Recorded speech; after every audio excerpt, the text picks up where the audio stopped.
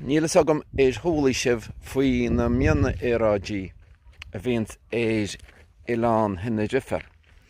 Ach seo sampla acu.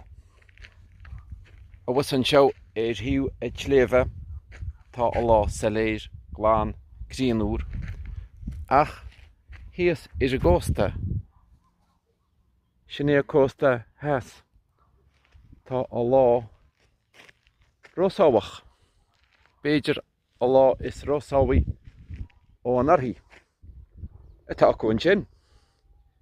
Is éigean a bheictear a cósta inis leis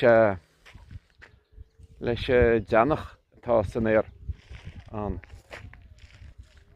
ganó agus cholathirt atá san air acu ach fánan inniu fánan rosá híos orthú buíochas le dia.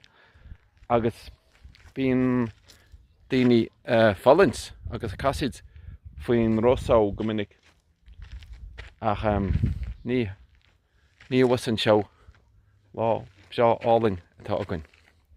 Agus chulathant sin bar i tléamh an sin.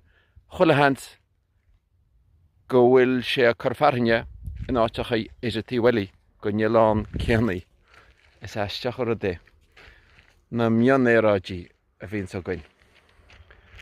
Lá maiche goid a chuoine córa.